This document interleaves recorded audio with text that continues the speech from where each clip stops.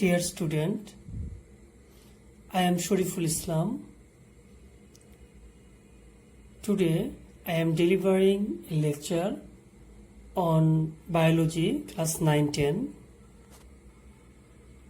chapter number 5, Food, Nutrition and Digestion. There were another 3 lectures on food, nutrition and digestion. Then today's lecture on plant mineral nutrition.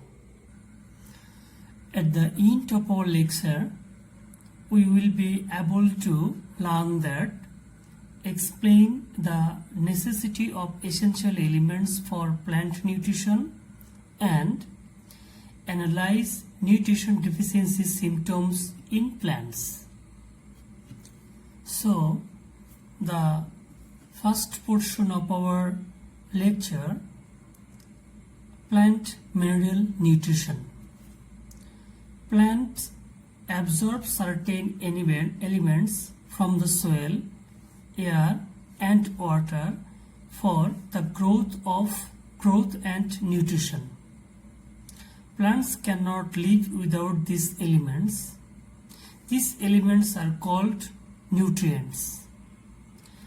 As most nutrients are taken from the soil, they are called mineral nutrition. About 60 inorganic nutritional elements have been identified in plants. Only 16 nutrients out of 60 are essential for the normal growth of plants. These 16 nutrients are collectively called essential elements because they are required for the normal growth, physical activities and reproduction of all type of plants. Deficiency of any of these elements results in deficiency symptoms in plants and causes disease in them. One element cannot be substituted by the another element. Of these 16 nutrients, some are consumed in large amounts and others in low amounts by plants. Based on the amount of essential mineral nutrition consumed by plant, nutrients are divided into 2 groups. Number 1, macronutrient or macroelement, and number 2, micronutrient or microelements. At first, I want to say about macronutrient or macroelement. The nutrient elements which are consumed by plants in large quantities for growth, these are called macronutrients or macroelements. Plants use 10 macroelements or macronutrient. These are nitrogen, potassium, phosphorus, calcium, magnesium, carbon, hydrogen, oxygen, sulfur and iron. And then micronutrient or microelements. The elements which are consumed by plants in very small quantities required for the normal growth of plant. These elements are called micronutrient or microelements. Plants use 6 microelements. These are zinc, manganese, molybdenum, boron, copper and chlorine. Then we have to know that about the source of these nutrients. Plant absorb carbon and oxygen from the atmosphere and hydrogen and oxygen from water. Other elements are absorbed from the soil through roots. These elements are found in the soil in the form of the different salts. Plants cannot absorb them as salt directly. They are absorbed in ionic form such as calcium ion, magnesium ion, ammonium ion, nitrate ion, potassium ion, etc. Then the next topics of our lecture, it is very important to know the role of different mineral elements in plant nutrition. Mineral nutrients play a very good role in the normal growth of plant. The role of some macronutrients are mentioned below. Number 1, nitrogen. Nitrogen is an essential element of nucleic acid, proteins, and chlorophyll. Nitrogen plays a very important role in general growth of plants and increases the amount of water in plant tissues. The formation of chlorophyll is hindered if there is a shortage of nitrogen. If the formation of chlorophyll is hindered, the production of food affected. And if the production of food is interrupted, the release of energy through respiration will be lessened. Then, magnesium. Magnesium is an important component of chlorophyll and helps the process of respiration. If there is a shortage of magnesium in a plant, the formation of chlorophyll molecule and the production of food through photosynthesis will be hampered. Then, potassium. Potassium helps a plant absorb water. It also plays an important role in opening and closing stomata. In addition, it helps the development of growth of roots, flower, and fruits. Potassium also controls the growth of plants through cell division. The another element is phosphorus. Phosphorus is essential for the development of roots. It is the structural component of DNA, RNA, and ATP in living cells. So, without phosphorus, nutrition of plants is not possible. Phosphorus is also an essential element for the elongation of roots.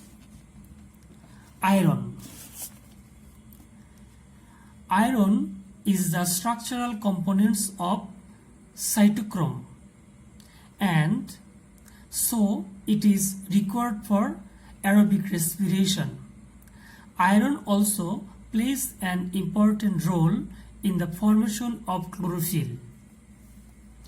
Because of their role in nutrition, chemical fertilizer such as urea for nitrogen, muriate of potash for potassium chloride, and triple superphosphate for phosphorus are used in cultivating field for high yields. Micronutrients also play an important role for the normal growth of plants. The role of some micronutrients are mentioned below. Manganese. Manganese is needed to construct and maintain chloroplast. Copper.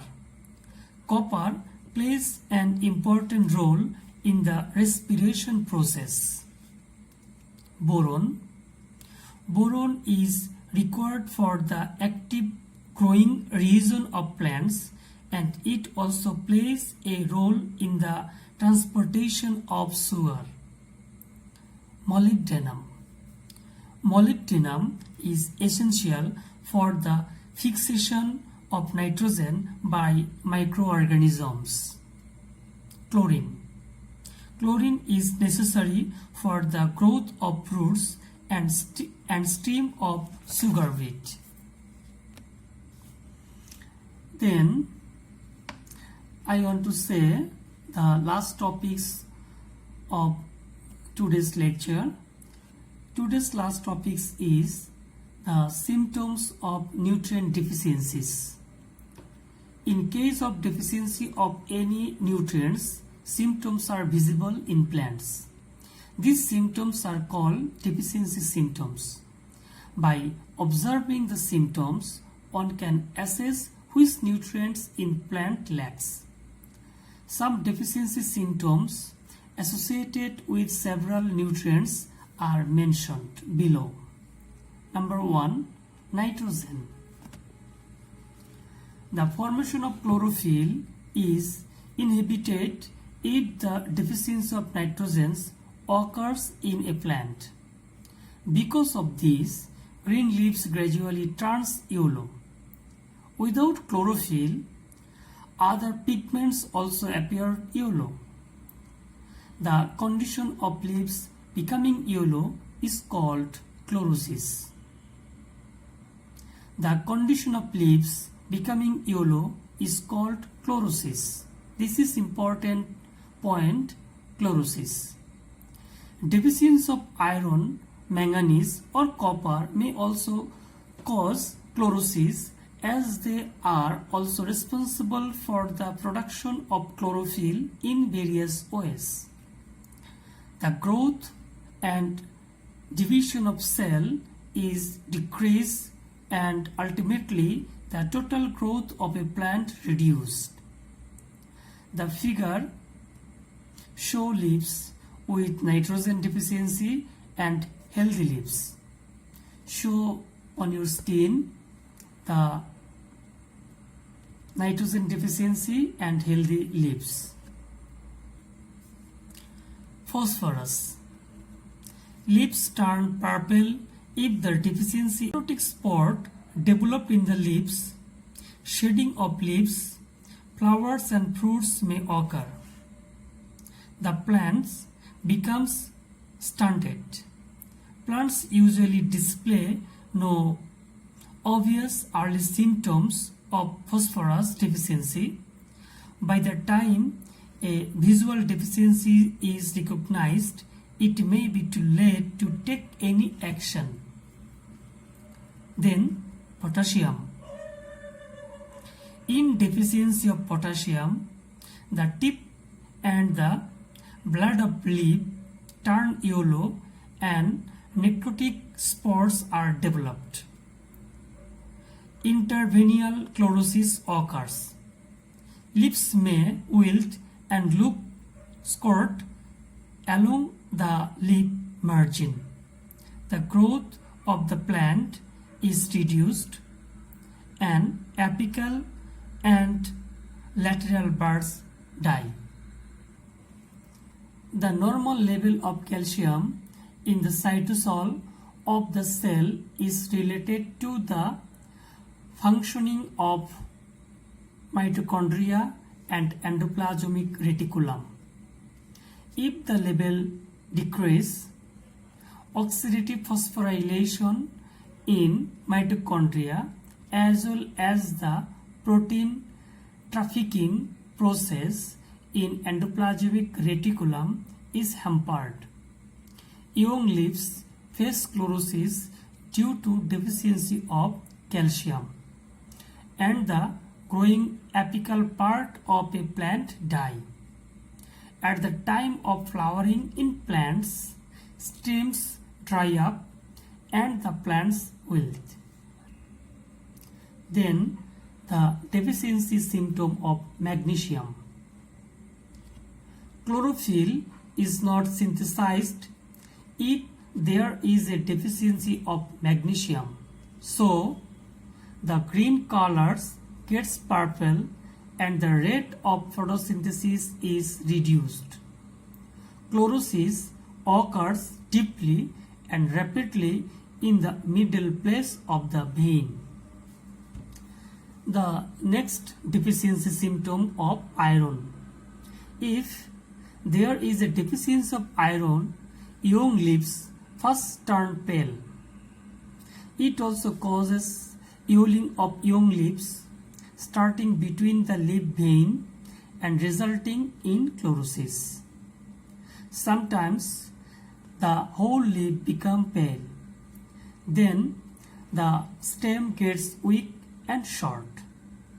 Then the deficiency of sulfur.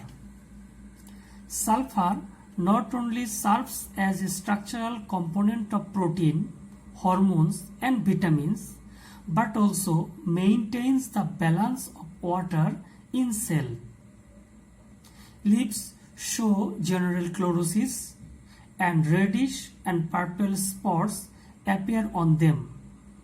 Chlorosis happens more with young leaves and less in old ones. The tip of the stem die. Internodes of stem become short and consequently the plant become stunted. The last deficiency symptoms of boron. Boron gives strength to a cell by being inside the cell wall. It also regulates various reactions in the metabolism process. Necrosis of meristematic tissue in growing region occurs when there is a deficiency of boron. The growth of young leaves is inhibited and the leaves lose their proper shape, become brittle, rupturing their surface. The inhibition of floral bud is obstructed. This is the symptom of nutrient deficiencies in plant. So student, today I have delivered the plant mineral nutrition. This plant mineral nutrition is two type, macronutrient and micronutrient. Then I have said the source of nutrients, then the role of different nutrient elements in plant nutrition, and at last I have delivered the symptom of nutrient deficiencies. Nutrient deficiencies mainly occurs due to the deficiency of nitrogen, iron, phosphorus, manganese, and this may occur chlorosis. This is most important note on chlorosis. And the deficiency of sulfur, it may occur the dieback. Dieback is another note. You have to learn properly from these topics, chlorosis and dieback. And so no more today. Our next class on the animal food and their source, food pyramid, and the principle of consuming fruit. So thank you very much. Stay home, save yourself.